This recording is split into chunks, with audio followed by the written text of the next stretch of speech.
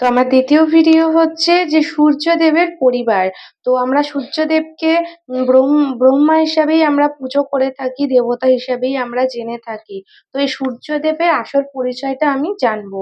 হ্যাঁ, তো দেবালোকের অসীম আলোর মাঝে এক অনন্ত উজ্জ্বল তেজস্বী রশ্মি হচ্ছে সূর্যদেব। ঠিক আছে?